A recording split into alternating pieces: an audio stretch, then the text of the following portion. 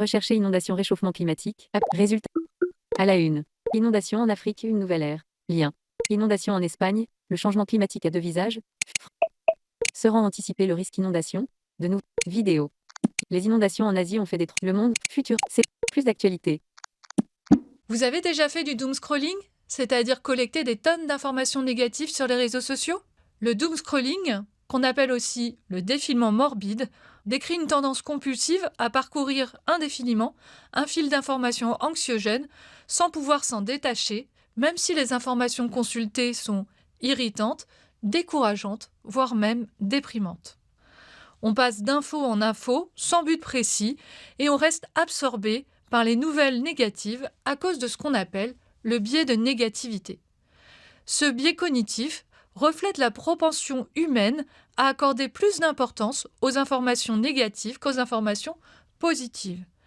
Il influence le choix des contenus médiatiques que l'on peut faire, mais aussi notre attitude générale par rapport à l'activité. Donc, chers auditeurs, nous allons faire une petite expérience autour du biais de négativité. Je vais vous laisser écouter différentes informations et vous allez devoir me dire s'il y avait plus de choses négatives ou plus de choses positives.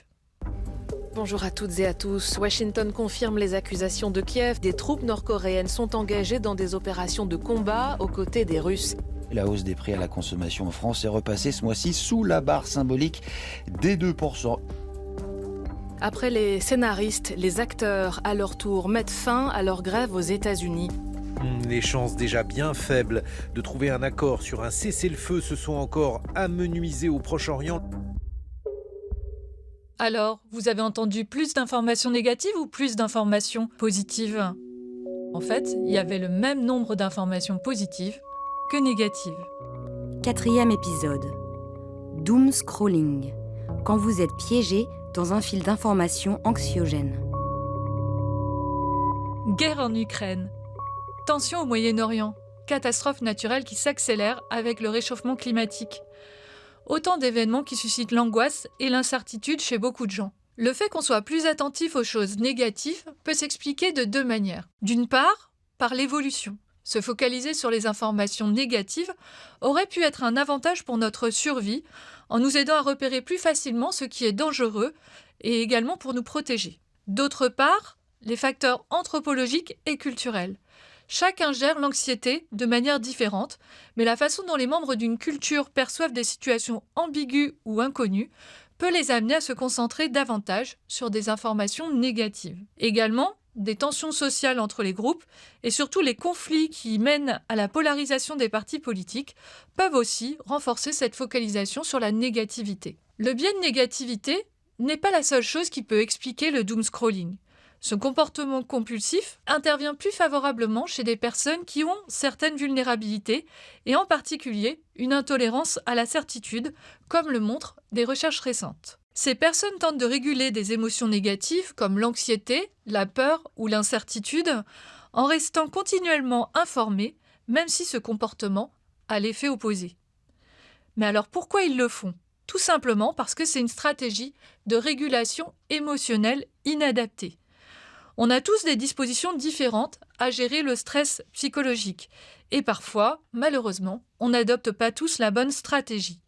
Chez les doomscrollers, les périodes intenses de stress peuvent les amener à adopter des comportements cycliques de vérification des réseaux sociaux pour s'assurer que leur compréhension de la situation est bonne. Ils essaient à travers cette activité de collecter toutes les informations négatives et ils peuvent intensifier leur pratique de doomscrolling, en particulier lors des crises comme on a vu lors du Covid-19. On parle alors d'un problème de réévaluation cognitive face à un stress psychologique. Ils imaginent réduire l'incertitude et les risques face à un danger en collectant une énorme quantité d'informations.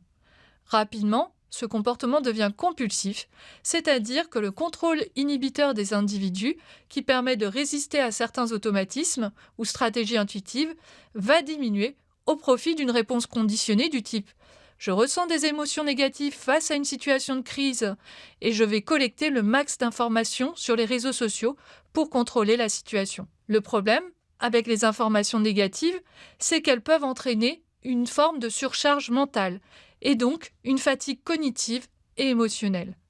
Face à cela, certains continuent de doomscroller, alors que d'autres vont plutôt essayer de gérer leur stress autrement, et notamment en évitant les médias, c'est-à-dire en faisant une totale déconnexion. Ceux qui s'adonnent plus volontiers au doom scrolling ont plus de chances de ressentir un état de détresse psychologique qui peut ensuite affecter leur bien-être, leur satisfaction de vie et même leur équilibre au quotidien.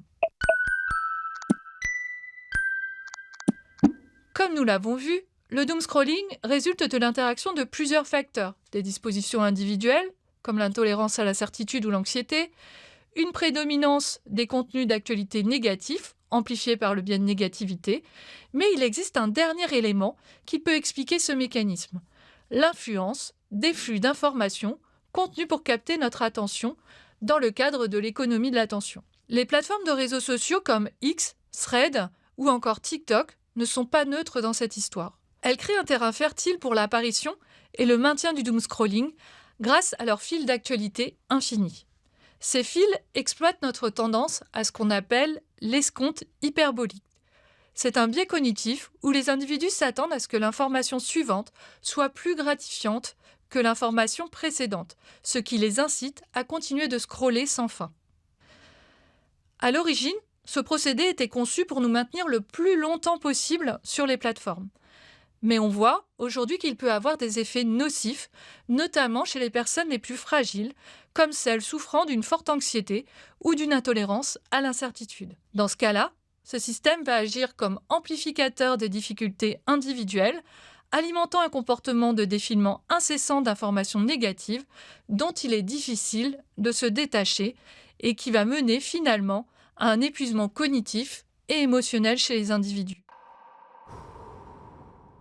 Comment se sortir de l'enfer du doom scrolling ?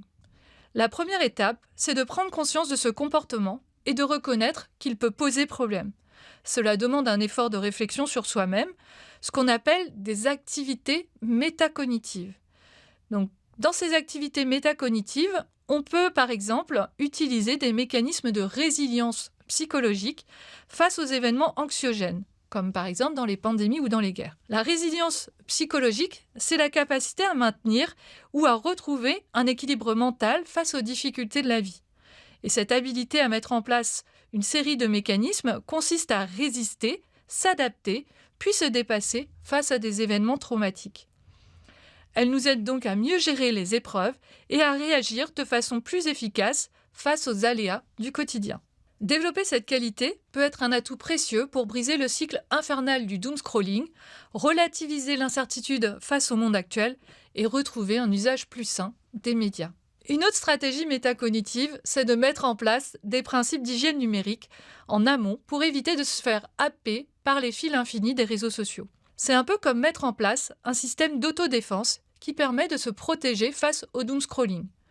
On peut par exemple mettre une limite de temps quotidienne à l'utilisation des réseaux sociaux qui ont des fils infinis, 30 minutes sur TikTok ou 30 minutes sur X. Si on a tendance à être anxieux, cela permet de garder le contrôle et de ne pas se laisser enfermer dans une spirale sans fin sur les réseaux sociaux. Enfin, on peut choisir de se déconnecter quelque temps des réseaux sociaux pour se protéger des informations anxiogènes. Les réseaux sociaux sont des amplificateurs d'exposition à des opinions extrêmes et des informations négatives, et donc on peut choisir de revenir à du slow média, comme par exemple la presse papier. Dans le prochain épisode, on verra que les environnements numériques peuvent aussi avoir de bons usages, comme par exemple l'apprentissage.